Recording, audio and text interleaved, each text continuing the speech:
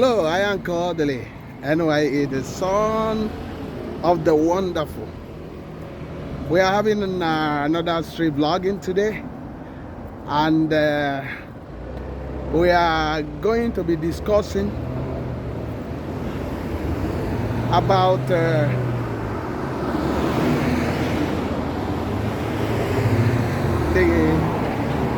what is happening in our homeland and the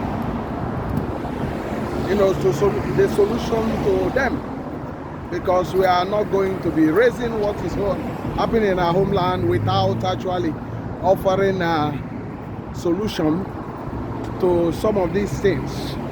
So now we are looking at this place. Sorry about the noise. This is street vlogging, and when we are doing street vlogging, you can understand that is street vlogging. And because it's street vlogging, you don't expect everywhere to be quiet, because there are cars and there are a lot of things. But I must also encourage you to like this video and also subscribe, share, and drop your comments. And what we are talking about is the discussions I did had with somebody some time ago about our homeland, and he was looking at this is a newly arrived person in this country, and he was talking about how we have missed so much opportunity to change our homeland. So, and he was talking about instead of us moving forward, we are going backwards. And he talked about how that long time ago he knows how Onitsha used to be clean, Enugu used to be cleaner than what it is at the moment. And he talked about a lot of other things that was like the water running. So I quite agree with him. A lot of things he analyzed about these things, and he was saying that we are not actually making progress, but we are going backwards. That if you used to have water running, having a nice shower, and suddenly you don't have all those things, you can't say that you are moving forward, but rather you are going backwards. So that's what it means. So now we are going to be talking about it. Is our homeland, is Nigeria going forward? Is Igboland going forward? That's what we are discussing, and that's what we are, trying to analyze here. So, and for me, that we have been going backwards because of bad leadership. Because of bad leadership, that's what has created all these things. Because if it's not bad leadership, you're supposed to be having progress. If you are having water, you increase how the water is being distributed, and the pricing and all those things becoming cheaper or solved, or extending the water to areas that you don't have water. If you are having light, you start to extend light everywhere. But instead of in the issue of light, you can see that there is those places that used to have light, they don't have light at all, but they still pay money, but light are not supplied to them. We are not even talking about water. There is no water anywhere, although the governor of Anambra State is saying about creating water for the whole state. But it remains to be seen when this thing will materialize. It's easy said than done, because These things, they don't have timeline, and no, they don't come out and say they will do this. Because if they are being saying, okay, like individuals do their water and said, okay, I'm going to dig a borehole that within a week I have water. But the government that has so much capacity, you expect them also to have those timelines and said, in Onitsha, expect water to be running within 6 months. That if I don't make it, maybe 7 months. But they keep on saying, oh, water, they are going to get, oh, we are going to water everywhere, we are going to, you know. After 1 year, they are still saying the same thing. So that's why there is a problem.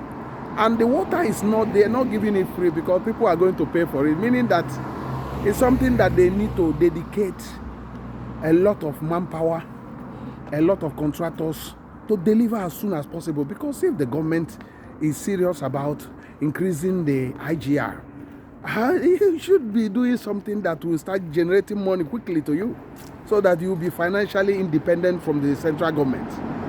So I do believe that we're actually going backwards. We're actually going backwards. We are not actually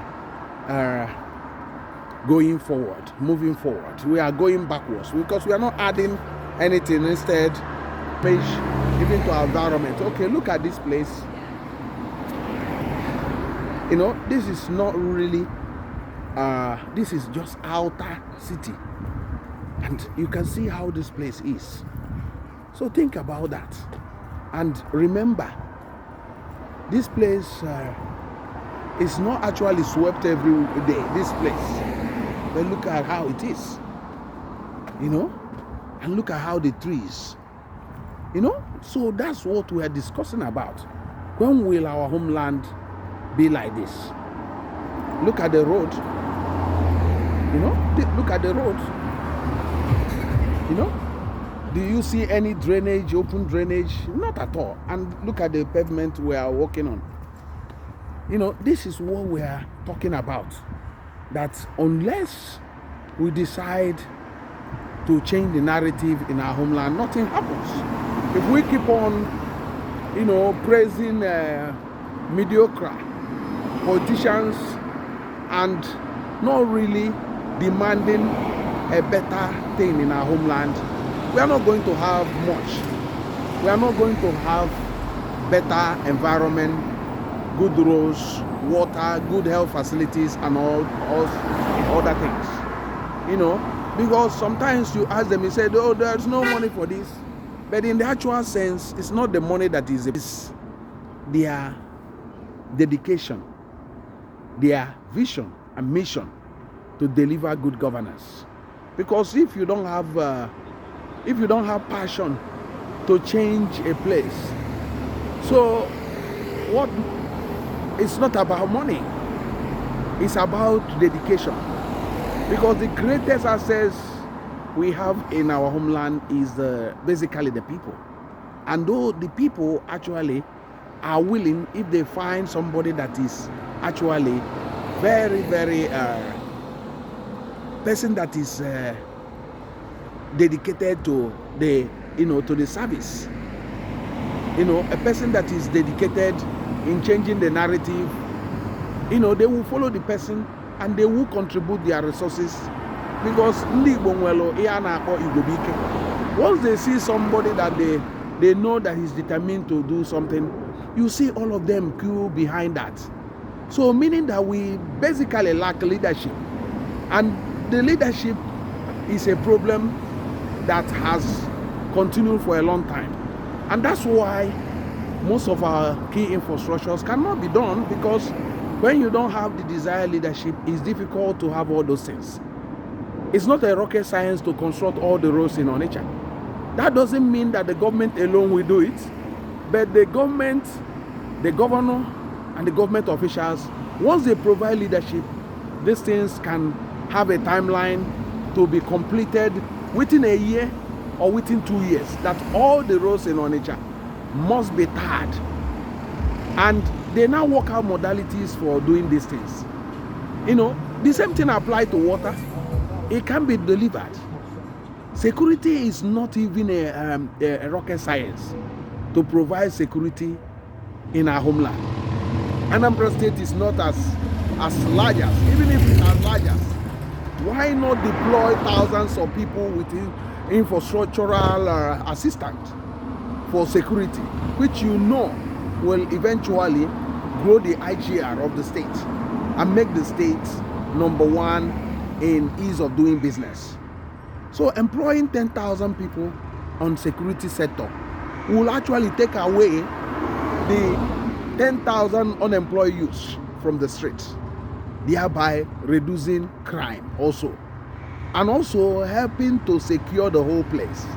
So you'll be hearing kidnapping here and there or pickpocketers, because the more you have those security and the more you have these security gadgets, CCTV cameras and all those things, the lesser crime will go in the state and the businesses will start to, you know, increase their employment opportunities to the people. And that's what we are discussing about. And as you start doing it, that's what the Europeans, the Americans, that's what they did. Gradually they increase their productivity by first of all securing their area. You know, because you can't say, the robbers are, you know, operating in this area, and you leave the ineffective Nigerian police to continuously doing the job. You know that they lack the motivation, they lack the drive to bring about complete security, and how they operate is from Abuja. So the Abuja cannot grant you security in your villages, in your homes, because Abuja is far away. The Inspector General doesn't actually know what is happening in your place. He don't even know if you're existing or not. Even the president doesn't even bother. So what happened is that, meaning that the governor must actually deploy his resources, because it's something that you can actually borrow. They have never thought about you can borrow money to provide 10,000 people and equipment to secure the state, a loan that will be paid within 4 years, and you guarantee their payment for 4 years or 5 years. So before that time, you must have built up your economy to be able to pay back. That's exactly what we are talking about. So we need to change the narrative, and I want to hear your opinion on what we have just discussed. This is an interaction, and this is a reaction on the street vlogging today. So please like and comment, and remember to share this so that other people will join in this discussion, because our homeland must be livable, and a prosperous homeland, it must be better than any other place you live. Wherever you've been talking about you live, we must make our homeland to be better than those places. So what is your view? I am still Kodili-nye, the son of the wonderful. Please share this so that everybody will join in the discussion. Thank you very much, and God bless you wherever you are. It is wonderful joining us, and I do appreciate all of you. God bless you. Bye.